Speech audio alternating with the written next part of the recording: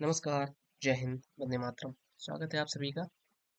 आज हम बात करने वाले हैं केंद्र राज्य की प्रदर्शन अनुदान योजनाओं के बारे में, ठीक है? यानी कि केंद्र सरकार की जो प्रदर्शन अनुदान योजनाएं हैं, यानी कि परफॉर्मेंस गवर्नमेंट स्कीम, इसके बारे में हम चर्चा करेंगे इस वीडियो में, ठीक है?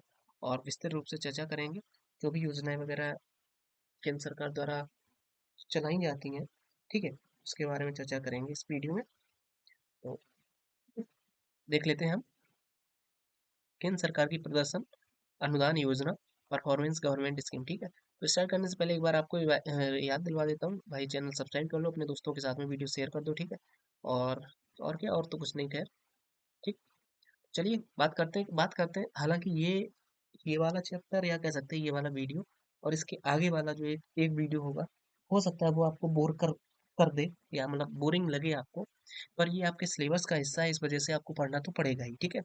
आगे बात करते हैं वित्त आयोग का स्थानीय निकायों के लिए अनुदान का जो दृष्टिकोण होता है, वो क्या होता है। यानी कि जो फाइनेंस कमीशन होता है, वो स्थानीय निकायों को जो पैसा वगैरह देता है, वो क्या सोच के देता है, उसका दृष्टिकोण क्या होता है, क्या क्या उस वो चाहता है कि हम जो पैसा दे रहे हैं उसको स्थानीय निकायों के किस तरीके के कार्य में लगाया जाएगा। तो उस संदर्भ में आगे बढ़ते हैं। तो बात करते हैं 73वें एवं 74वें संविधान संशोधन के पश्चात अभी तक 4 वित्त आयोगों में, 11वें वित्त आयोग से लेकर 14वें वित्त आयोग ने स्थानीय निकायों के लिए अपनी अनुशंसाएं प्रकट की हैं या दी हैं। सभी आयोगों के लिए विचारार्थ विषय समान रहा है। तदनुसार प्रत्येक आयोग ने स्थानीय शासनों के प्रभावशाली कार्यकरण से संबंधित महत्वपूर्ण मुद्दों पर विचार विमर्श किए और उचित अनुशंसाएं की, जिसमें 10वें वित्त आयोग ने स्थानीय निकायों के लिए अनुदान अनुदान अनुशंसा की। यानी कि जो सबसे पहले कह सकते हैं कि जो 10वां वित्त आयोग था, ठीक है, उसने स्थानीय निकायों के लिए अनुदानों की अनुशंसा की थी। यानी कि स्थानीय निकायों के लिए जो पैसा वगैरह आवंटित किया जाता है, वो सबसे पहले किया था 10वें वित्त आयोग ने, ठीक है। जो ग्रामीण स्थलीय निकाय और शहरी स्थानीय निकायों में से संबंधित विभाज्य पूलों के लगभग 1.38% के बराबर था, ठीक है।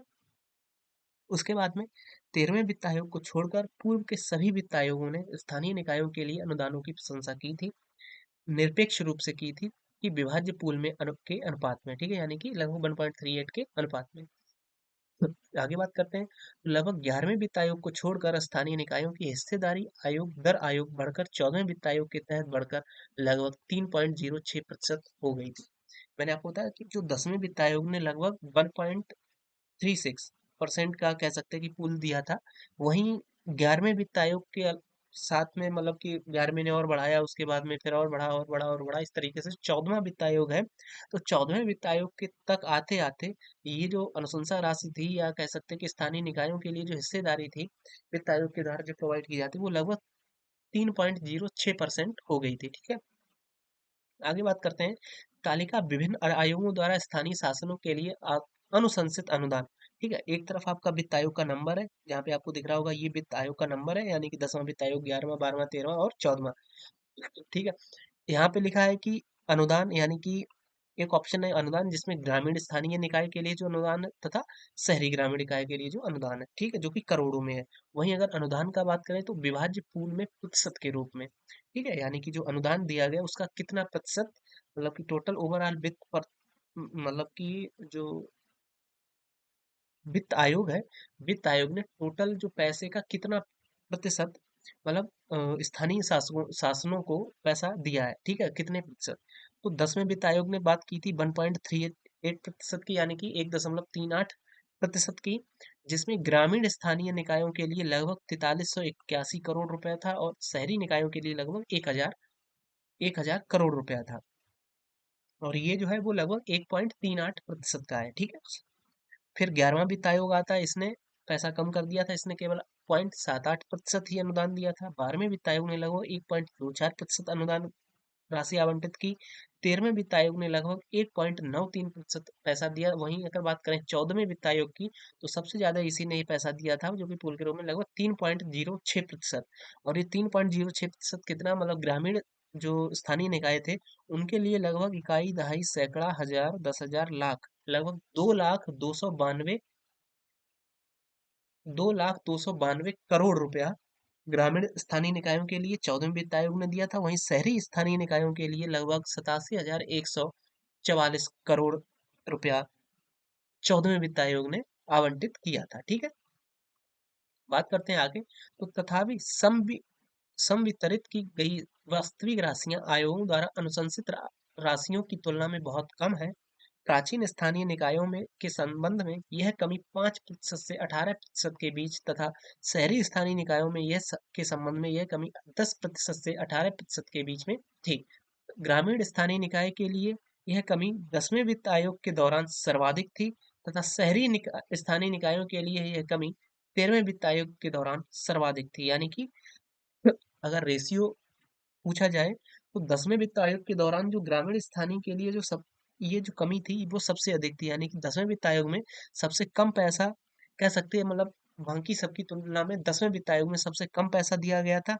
और वहीं अगर मतलब कि शहरी वित्त आयोग के संदर्भ में अगर बात की जाए तो वो जो 13वां वित्त आयोग था, तो 13वें वित्त आयोग के दौरान शहरी निकायों के लिए यह कमी सबसे अधिक थी। ठीक है, आगे बात करते हैं। इस कमी का कारण आयोगों द्वारा प्रदर्शन अनुदान के लिए निर्धारित की गई शर्तों को पूरा करने में स्थानीय निकायों का विफल रहना।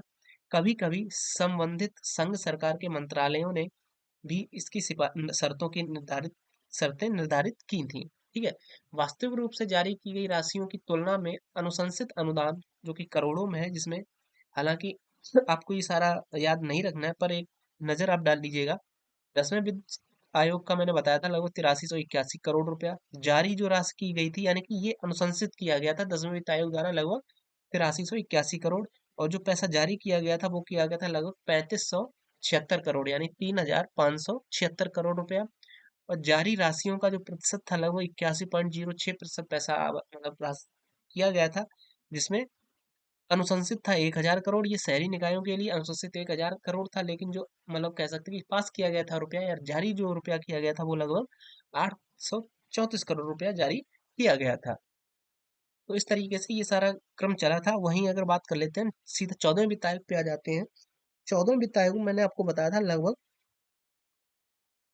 इकाई दहाई सैकड़ा हजार 10,000 लाख लगभग 2,02,92 करोड़ रुपया की अनुशंसा की गई थी वित्त आयोग द्वारा, लेकिन जो पास किया गया था वो मात्र 1,79,491 करोड़ रुपया पास हुआ था ग्रामीण क्षेत्रों के लिए। और मतलब इसको अगर परसेंटेज में भी क्वेश्चन आ सकता तो लगभग आप मान सकते हैं 89.6%। ठीक, अगर शहरी निकायों के संदर्भ में बात की जाए तो अनुशंसा दी गई थी लगभग 87,144 करोड़ रुपया की, और पास हुआ था लगभग 74,259 करोड़, जो कि वो ये भी लगभग 85.2% था। ठीक, कितना हो गया। आगे चलते हैं।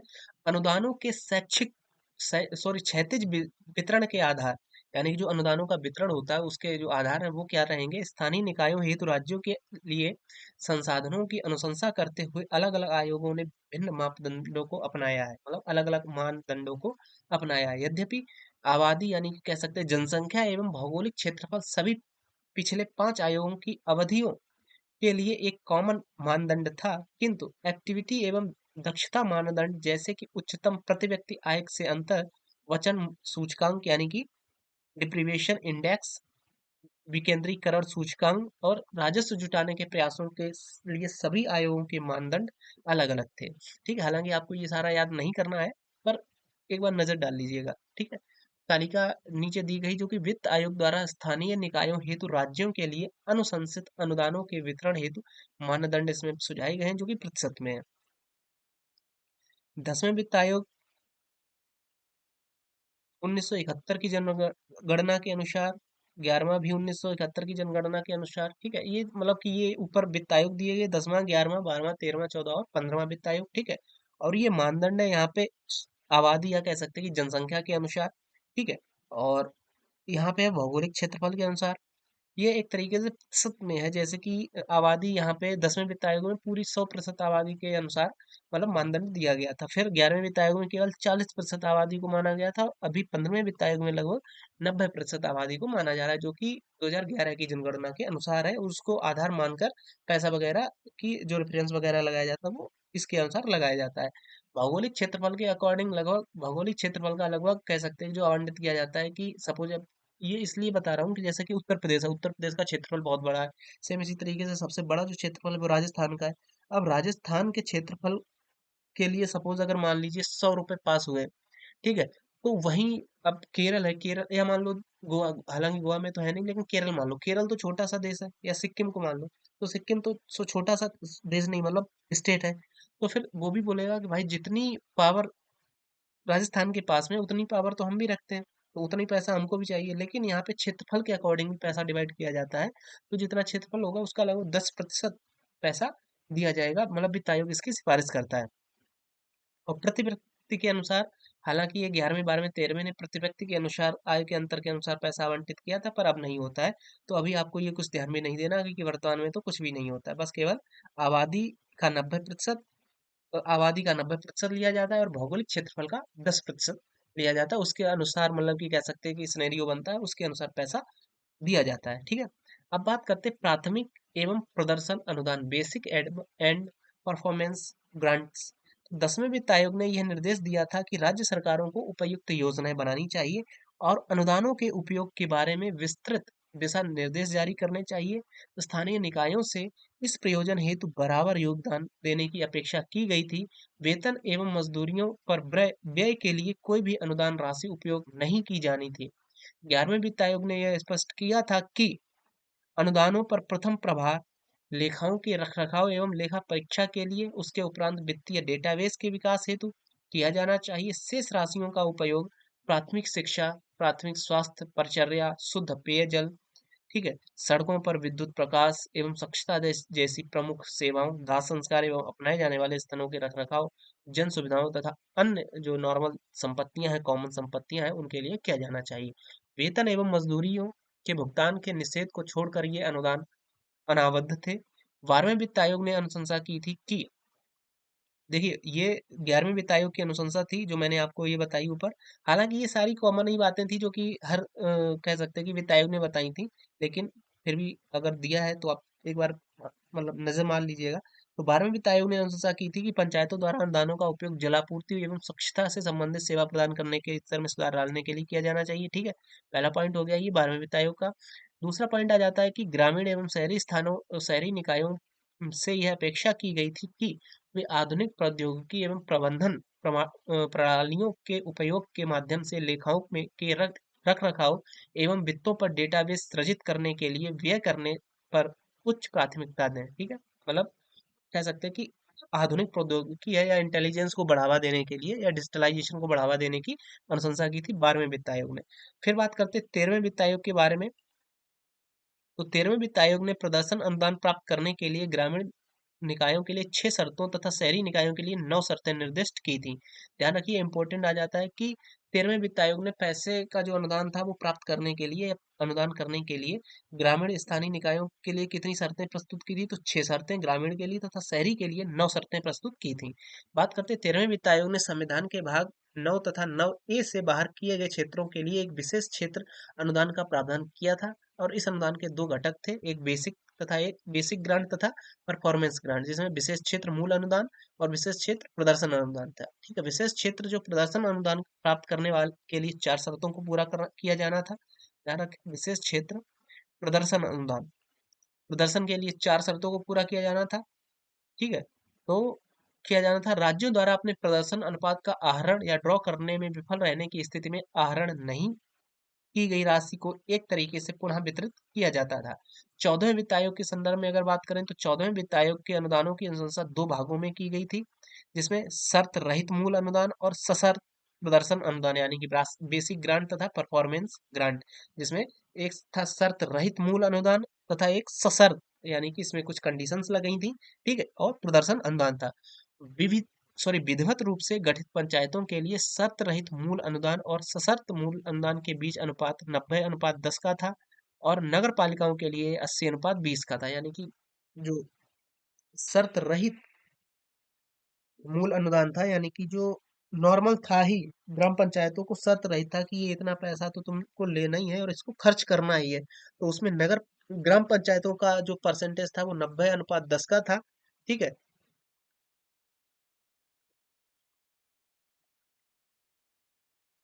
मतलब कि 90, जैसे कि टोटल 100 रुपए है, तो 100 रुपए में जो शर्त रहित अनुदान था वो 90 रुपए था, कि 90 रुपए तो शर्त मतलब कि कहीं पे भी खर्च करो, और 10 रुपए जो थे वो उनको सशर्त प्रदर्शन अनुदान के रूप में खर्च करना था, यानी कि जो कंडीशन सरकार द्वारा निर्धारित की जाएंगी उसके अनुसार ही ये 10 रुपए खर्च होंगे, इसके अलावा कहीं नहीं होंगे, और उसका ब्यौरा भी रखा जाएगा।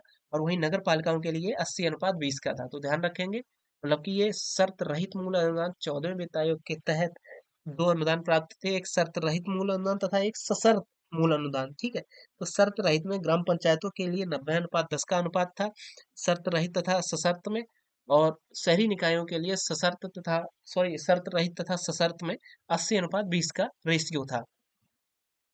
मूल अनुदान का उपयोग विनिर्दिष्ट मूलभूत नागरिक सेवाओं की स्थिति में सुधार लाने के लिए किया जाना था। प्रदर्शन अनुदान राजस्व में सुधार लाने के आधार पर था, जिनके लिए मानदंडों को राज्य सरकारों द्वारा निर्धारित किया जाना था। प्रदर्शन अनुदानों के लिए पात्रता हेतु स्थानीय निकायों को अपने स्वयं के राजस्व स्रोतों में वृद्धि करनी थी और लेखा परीक्षा लेखा प्रस्तुत करने थे। नगर पालिकाओं को इसके अलावा प्रत्येक वर्ष में मूलभूत शहरी सेवाओं से संबंधित सेवा स्तरीय बेंचमार्क को भी प्रकाशित करना था। ठीक है, इसके अतिरिक्त पंचायती राज मंत्रालय ने प्रदर्शन अनुदानों को प्राप्त करने के लिए कुछ और शर्तें रखी थी, जैसे कि ग्राम पंचायत विकास योजना, ध्यान रखेंगे आप, ग्राम पंचायत विकास योजना, सेक्टर बाय व्यय को एक डैशबोर्ड में प्रदर्शित करना, और स्वयं के राजस्व स्रोत में प्रदर्शन वृद्धि प्रतिशत वृद्धि, ग्राम पंचायतों को खुले से शौच में मुक्ति यानी कि ओडीएफ की स्थिति, और ग्राम पंचायतों में टीकाकरण स्तर के आधार पर उनके लिए इसको निर्धारण करने जैसे कार्यों को पूरा करना। ये कह सकते हैं कि पंचायती राज द्वारा ये प्रदर्शन अनुदान प्राप्त करने वाली जो कुछ शर्तें थी। ठीक है, आगे बात करते हैं लेखा एवं लेखा परीक्षा के बारे में। तो करदाताओं से अर्जित आगम और आगम का उपयोग करने वाली सरकार के किसी भी अंग के लिए सुशासन हेतु एक प्राथमिक अनिवार्यता यह है कि वह लेखाओं को सामयिक रूप से पहल पर उपलब्ध करवाए, मतलब डेली बेसिस पे उपलब्ध करवाए। बाकी इस प्रकार की सूचना के अभाव में पूर्व वित्त आयोग ने भी ग्रामीण तथा शहरी निकायों के संसाधनों की आवश्यकता का वास्तविक तौर पर आकलन करने में महसूस की गई कठिनाइयों को उजागर किया था। 11वें वित्त आयोग से लेकर विभिन्न वित्त आयोगों ने इस मुद्दे को उजागर किया था, लेकिन इस संबंध में कोई खास प्रगति नहीं हुई थी। एक दीर्घकालिक विवादास्पद मुद्दे पर का समाधान करने के लिए 15वें वित्त आयोग ने 2020-21 में के लिए अपनी रिपोर्ट में ये प्रस्तुत किया था या उल्लेख किया था कि पिछले वर्ष के लेखा परीक्षा के बिना पि- और पिछले वर्ष के लेखा परीक्षित लेखाओं के सार्वजनिक पटल पर ऑनलाइन उपलब्ध कराना किसी भी अनुदान को प्राप्त करने के लिए प्रदेश स्तर पर शर्त होगी। यानी कि अगर कह सकते हैं कि ग्राम पंचायत है, ग्राम पंचायत अभी कोई गठित हुई है, तो वहां पे जो आप कह सकते हैं कि जो बीडीओ की जो नियुक्ति हुई है वो इसीलिए हुई है कि वो पिछली सरकार यानी कि पिछले जो पंचवर्षीय जो शासन रहा था जिस प्रधान का, उसके शासनकाल के दौरान में जितना भी पैसा आवंटित हुआ था उसने कहाँ कहाँ लगाया था, उसकी रिपोर्ट जब तक प्रॉपर तरीके से उपलब्ध नहीं कराई जाएगी तब तक नई जो पंचायत गठित हुई है उसको पैसा एक तरीके से नहीं दिया जाएगा, मतलब ये एक शर्त होगी। ठीक है, बाकी बात करते हैं आगे। तो अनुदान प्राप्त करने के लिए प्रवेश स्तरीय जो शर्त है वो क्या थी। तो 15वें वित्त आयोग ने 2021-22 एवं 22-23 के लिए महामारी के दौरान लेखाओं की लेखा परीक्षा की जटिलताओं को ध्यान में रखते हुए राज्यों द्वारा यह सुनिश्चित करने के लिए कहा कि कम से कम 25 ग्रामीण स्थानीय निकायों के पिछले वर्ष के अंतिम लेखाओं और पिछले से पिछले वर्ष के लेखा परीक्षा परीक्षित लेखाओं के सार्वजनिक पटल पर ऑनलाइन उपलब्ध कराए, ताकि राज्य 2021-22 तथा 22-23 से पूरे अनुदान प्राप्त कर सकें। ठीक, कुल मिला के वही है, सही वाला ही पूरी बात है।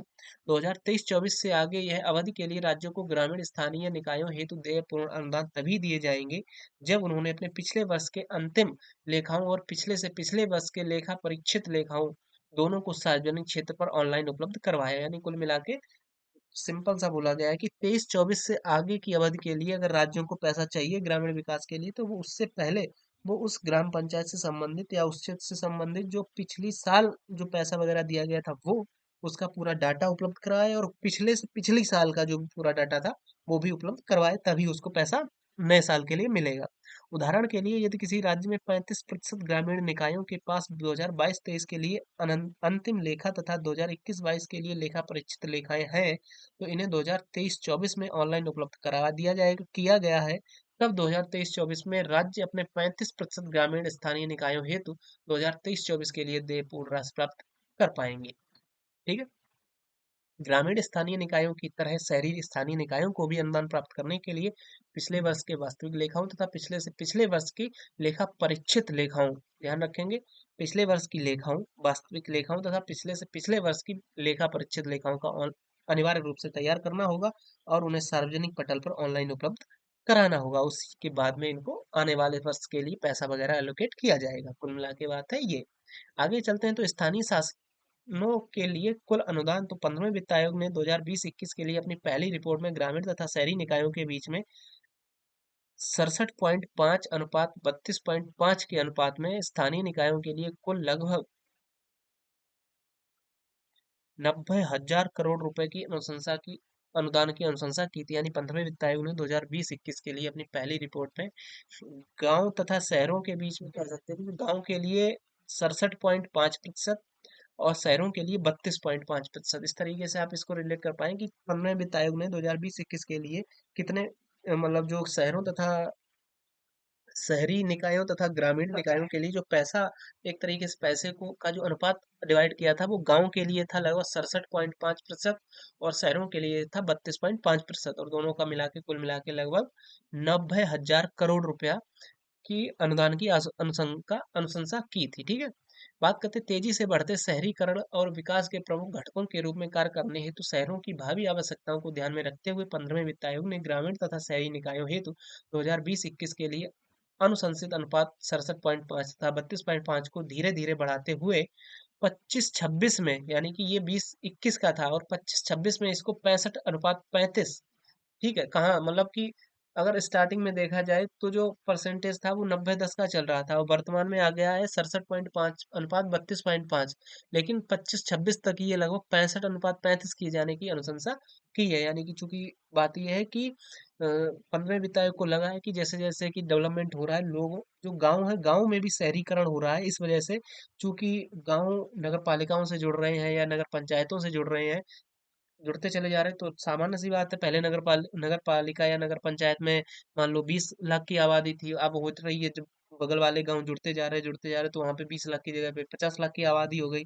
तो पैसा तो उनको बढ़े मतलब बढ़ के मिलना ही चाहिए। इस वजह से 2020-21 के लिए ये इसका जो अनुपात था गांव के लिए 67.5 तथा शहर के लिए 35.5 था, सॉरी 32.5 था। और अब 15वें वित्त आयोग ने इसको 25-26 के लिए लगभग 65:35 के अनुपात में किए जाने की अनुशंसा की है। ठीक है। आगे बात करते हैं कि 15वें वित्त आयोग ने राज्यों के बीच अनुदानों के पारस्परिक वितरण हेतु आबादी के लिए 90% और क्षेत्रफल के लिए 10% भारांक निर्धारित किया है। हालांकि ये तो मैं ऊपर भी आपको बता चुका था जो टेबल थी उसमें, कि आबादी का 90% और क्षेत्रफल के लिए 10% भारांक निर्धारित किया था। 15वें वित्त आयोग ने स्थानीय निकायों के लिए 2021 से 26 तक की अवधि के लिए कुल लगभग 4,36,361 करोड़ रुपए के अनुदान की अनुशंसा की है। यानी कि टोटल जो 21 से लेके 26 तक, जो कि 5 वर्ष तक के लिए चलता है ना वित्त आयोग, ठीक है, तो 5 वर्ष तक के लिए इसने 15वें वित्त आयोग ने स्थानीय शासनों के लिए 4,36,361 करोड़ रुपए मांगे हैं, यानी कि अनुशंसा की है, एक तरीके से रिक्वेस्ट की है। और 15वें वित्त आयोग ने स्थानीय निकायों को करों में विभाज्य पूल के अनुपात के बजाय उन्हें स्थायी राशि दिए जाने की अनुशंसा की है। यानी कि इसने परसेंटेज के अकॉर्डिंग मना कर दिया, इसने सीधा ही बोला कि आप स्थायी राशि यानी कि पैसा इनको दो। ठीक है। और वो पैसा किस स्तर पर रहेगा, तीनों स्तरों के शासन के लिए नियमों की जो निधि है वो इस तरीके से रहेगी। न्यूनतम 70:10:5 का रहेगा और अधिकतम 85:25:15 का। यानी कि ये वो प्रतिशत है तीनों स्तरों के लिए। जैसे ग्राम पंचायत पे अगर पैसा एलोकेट होता है तो सपोज 100 रुपए अगर एलोकेट हुए तो 100 रुपए में मिनिमम 70%, तो ये मिनिमम है, 70% गांव के लिए रहेगा और 10% क्षेत्र पंचायत के लिए और 5% जिला पंचायत के लिए। ठीक है। और अधिकतम 100 रुपए में 85% तो गांव ग्राम पंचायत के लिए रहेगा और अधिकतम 25% क्षेत्र पंचायत के लिए और 15% अधिकतम जिला पंचायत के लिए आवंटित होगा। हालांकि अगर देखा जाए मतलब जो सच्चाई है वो वही लगभग जाती है आपकी 70 अनुपात 70:20:10 के अनुपात में शायद। ठीक है, बाकी देख लेंगे आगे, एक बार मैं आपको कंफर्म कर दूंगा। आगे चलते हैं, तो 15वें वित्त आयोग ने ग्रामीण स्थानीय निकायों के लिए 2021 से, सॉरी, 2021 से 2026 हेतु कुल, यानी ग्रामीण इकाइयों के लिए कुल लगभग 2,36,805 करोड़ रुपए की अनुशंसा की है। देखिए टोटल तो इसने 4,36,000 मांगा था, करोड़ रुपए, 4,36,000 करोड़ 15वें वित्त आयोग ने, जिसमें ग्राम पंचायत यानी कि कह सकते हैं कि ग्रामीण निकायों के लिए 2,36,000 करोड़ और शहरी निकायों के लिए लगभग 1,21,000 करोड़ रुपए की अनुशंसा की है। कुल मिला के ये बात है, ठीक है। तो आई होप आपको क्लियर हुआ होगा ये कौन सा टॉपिक था, जो भी टॉपिक था, कि जो शहरी तथा क्षेत्रीय निकायों के बीच में केंद्र सरकार द्वारा जो पैसा दिया जाता है, यानी वित्त आयोग द्वारा जो पैसा दिया जाता है, उसकी अनुशंसा कैसे होती है, कितने रेशियो, कितने के अनुपात में पैसा आवंटित किया जाता है, 15वें वित्त आयोग ने कितना कितना पैसा देने की बात की है, किस रेशियो में देने की बात की है, मिनिमम कितना प्रतिशत है और मैक्सिमम कितना प्रतिशत है। तो कुल मिला के ये था। सबसे पहले जो पैसे की बात की थी वो की थी 10वें वित्त आयोग ने, और 10वें से लेके अभी तक यानी कि 14वें वित्त आयोग तक कंटिन्यू चलता रहा है। 15वें वित्त आयोग में जो क्षेत्रफल का 10% तथा आबादी का 90%, इस हिसाब से पैसा क्या आवंटन किया जाता है। तो कुल मिला के यहाँ तक था हमारा आज का वीडियो। ठीक है, मिलते हैं आपसे नए वीडियो में, तब तक के लिए आज्ञा दीजिए। बाय बाय, जय श्री राम, सत श्री अकाल।